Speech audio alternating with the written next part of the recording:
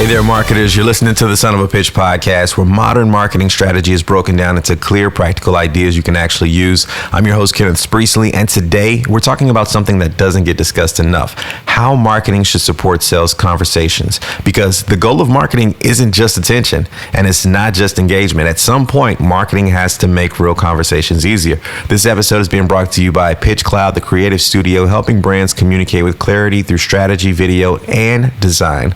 Learn more at pitchcloudmanagement.com. Let's get into it. In many organizations, marketing and sales operate like two separate systems. Marketing focuses on visibility, reach, awareness, engagement, while sales focuses on conversations, objections, trust, decision-making. Both functions are important, but when they're disconnected, something subtle happens. Marketing generates interest, then sales starts from zero. The prospect still needs the problem explained. They still need the process clarified. They still need confidence in the outcome, which means the sales conversation becomes longer, harder, and more uncertain than it needs to be. The best marketing doesn't just attract attention, it prepares people.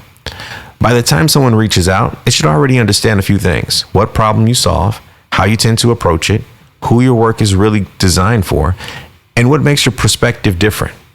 When those ideas are communicated clearly through content, something changes. The sales conversation shifts from explaining basic context to exploring whether there's alignment.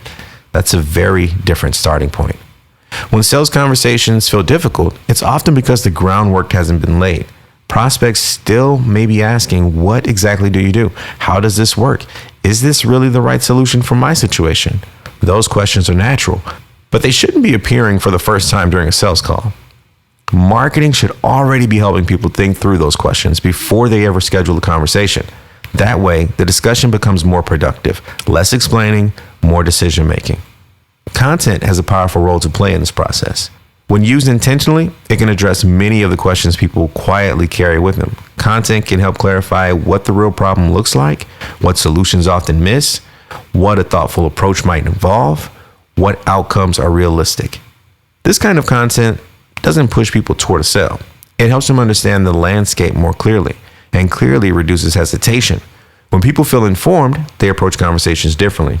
You can usually recognize marketing that supports sales by the kinds of questions prospects ask. Instead of starting with confusion, they start with context. They might say, "I've been following your content for a while and wanted to ask," or "I think we might be dealing with the situation you described," or even, "I'm curious how your approach may apply here." Those conversations feel smoother because people arrive with a baseline understanding. Marketing has already done some of the heavy lifting, not by selling aggressively, but by explaining clearly. Here's a helpful question to consider. If someone scheduled a conversation with you tomorrow, would you already understand what you do, who it's for, how you tend to approach problems? If not, your marketing may be generating attention, but not preparation. And preparation is what makes sales conversations easier. If there's one idea to leave with today, it's this: marketing shouldn't just attract people, it should prepare them.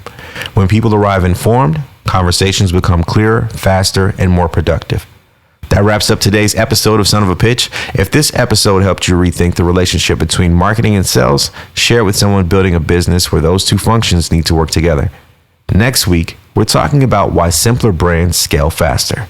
For more strategy and creative support, visit pitchcloudmanagement.com. We'll see you next week.